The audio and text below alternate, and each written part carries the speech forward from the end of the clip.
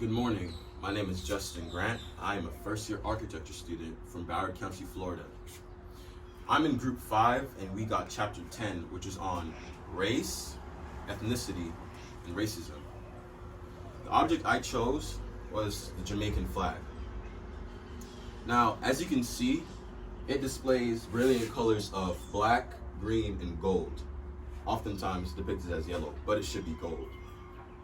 Now, these colors are beautiful, but they also hold meaning.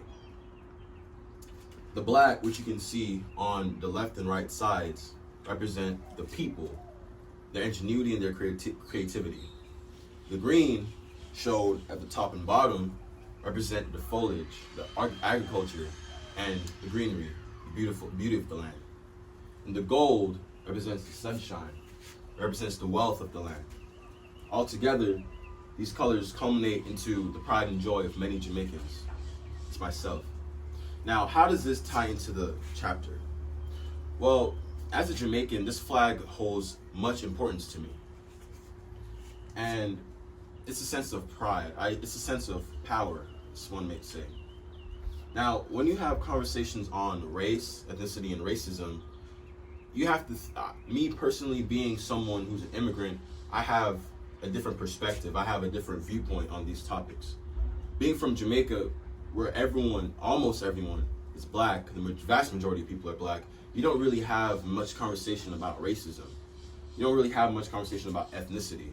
It's just everyone's Jamaican. In America, it's different. Race is a big topic here. It's one of the most controversial topics, actually. Racism is even deeper. Ethnicity, things like that.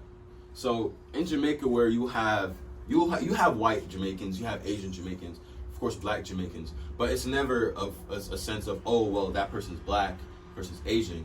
It's just we're all Jamaican. In America, it's more separate. It's more parted off. You'll have a community of Asians, a community of Hispanics, a community of blacks. Of course, you have different ethnicities sprinkled in, but what I see a lot of is the same people of the same cultural background, people who speak the same language, tend to crop together in their own little communities. Now, of course, going to school, going to work, they're forced to interact, but that's one thing I really saw coming to America. I also saw how racism, an extension of slavery, was depicted here. I've never experienced racism until I came to America. Being from Jamaica, where the majority of people are black, where everywhere you go, you'll see someone that is black. There was never any real room for racism. Colorism, maybe, but racism was never a thing. It was to the point where in the first few years I was here, going to the store, I was followed around, and I had to ask my mom, why did that happen? And she had to explain to me, well, in America, racism is a thing. And that, in the book, would be called interpersonal racism.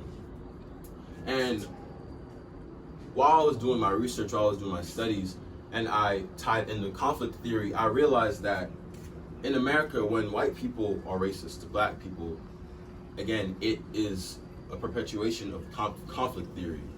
It shows that one group of people feel like they need to hold down another group of people to keep themselves up. And the reason this flag ties in is because although that might be the case, this, as I said before, is a sense of pride and power for me. I draw from my flag, and I draw from my experiences in Jamaica because it gives me a different outlook on what goes on here. So I could take what goes on with racism and look at it from a different lens, because when I grew up, when I was being taught about slavery and all those things, I was taught about it from a sense of my ancestors were strong and they overcame that and did away with that institution. Here it's different.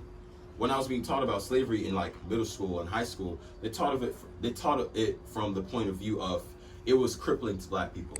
It held us back and we're still low, instead of seeing how we overcame it. Now, of course, racism is an extension of slavery, so it has a different impact on people. People who grew up in America and the States, they grew up through racism and they got used to it. I came and I had a different perspective. So being from where I'm from and having the experiences that I experienced before coming here, it showed me a different viewpoint to look at racism, ethnicity, and race through. Thank you.